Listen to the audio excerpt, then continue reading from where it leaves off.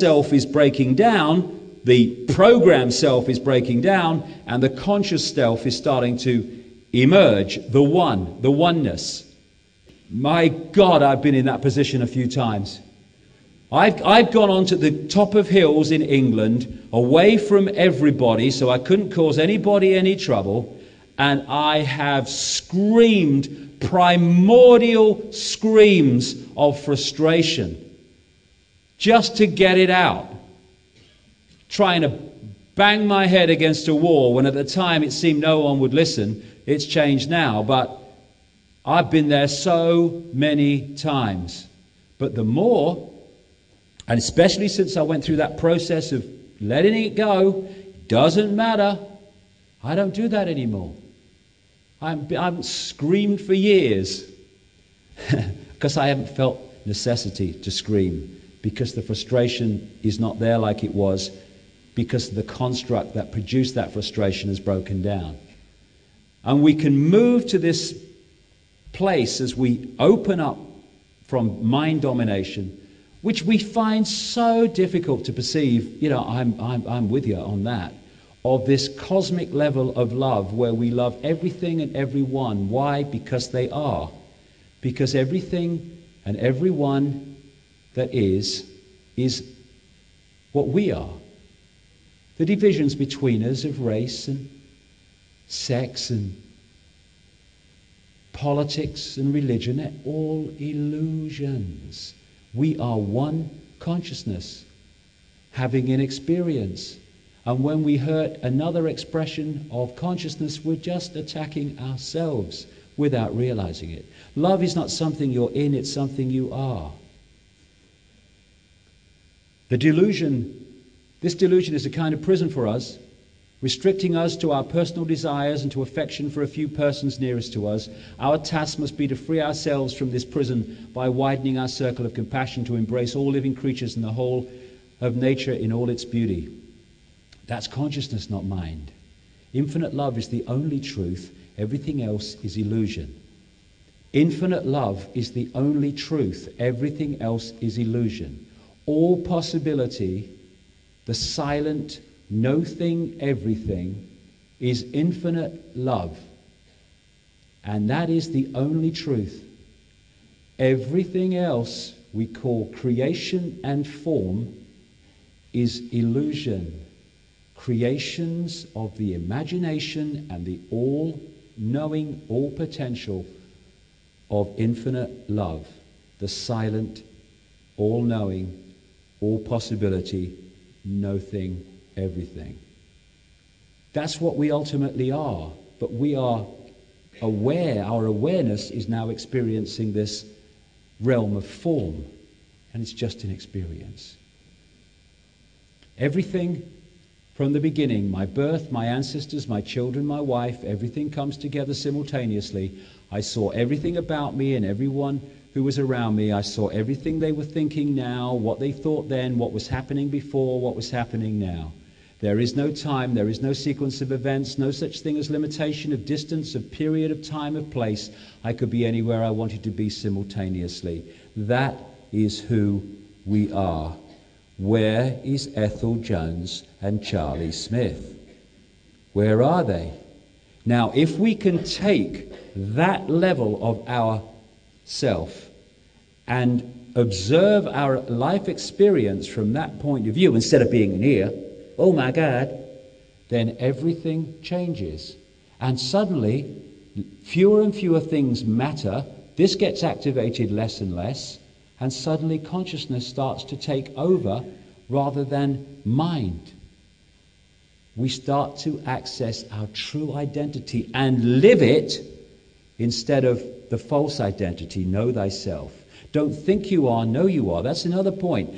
The mind thinks, but thought is a very low level of perception and communication. Knowing is the communication of consciousness, and knowing you can't put words to, you just know. Why do you know you've got to be at so-and-so's tomorrow morning? Explain it to me. Mind wants an explanation. You can't just know, you must know why. No, I just know. I don't have to think. I don't have to explain it. I just know. That's consciousness, what we call intuition. That's consciousness.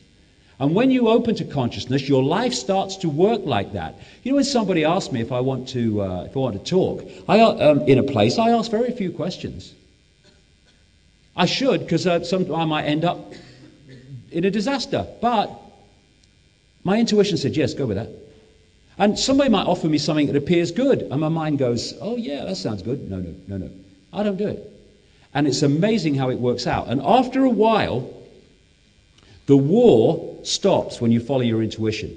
Because at the start, again, the survival mechanism kicks in and the bloody left brain, you can't do that. You can't just say, I know, and go somewhere. You must have to explanation for it, and you must plan and do triplicate. And then after a while, although going with your intuition gets you into some scrapes in terms of you do things differently to the norm, and when you face those scrapes, the old head comes in and goes, see, told you don't listen to me, see? Then after a while, the mind observes that when you follow this, even though you have some challenges, it works out in the end, not despite the challenges, but because of them, which led to that. And after a while, your mind and your intuitive knowing come together and the war ends. And you start to intuitively know and think the same. And it's an extraordinary feeling, like two halves of you coming together and speaking as one. Speaking as one. And when we start to make this transition from mind domination, we start to break up the mind-made world and, crucially, the mind-made conspiracy, and we have system failure. And there's no question after 20 years of 50 countries and year after year that there is a shift taking place. People have talked about a shift and how there's an energetic shift. People have talked about 2012. I'm not really with them on that, but a shift, absolutely. There's an energetic change. I wrote a book, the first book I ever wrote after I had my, top of my head blew off and I didn't even know my name for about 3 months, in 1990. I wrote this book called Truth Vibrations. And the reason I called it Truth Vibrations is I became aware in this transitional period when I was getting concepts and things I never understood. I learned that from various ways that there was a vibrational change coming. This is 1990. And it was going to awaken humanity from its amnesia, its hypnotic state. And this vibrational change was going to work like a spiritual alarm clock, and it was going to break up this density we call the mind construct. And that's why I called that book in 1990, it came out in 91, Truth Vibrations. The vibrations that were going to awaken us to the truth. Another thing that it said, kind of amazing given what's happening now, is that this energetic change was going to bring to the surface all that had been hidden. And people were going to see what had really been happening, what had in this world, when they had no idea. And what's happening now, the hidden is becoming up to the surface. And I've seen, and as this change happens and we tune into it, amazing things happen to us. We're moving more and more people from this perception of division and apartness, left-brained, mind-made perception, to an understanding of oneness, that we're all one, like Jill Bolte Taylor experienced when she got literally out of her head, or left side of it anyway. And I've seen, when I got this information about this vibrational change, there was no bloody evidence to support it in any way, shape or form. None at all. I mean, far from kind of awakening to it, I was being hit by mass abuse in Britain for what I was saying. But over the last 20 years, my God, I've seen it, and it's an exponential curve. And people are now waking up spontaneously and just getting it.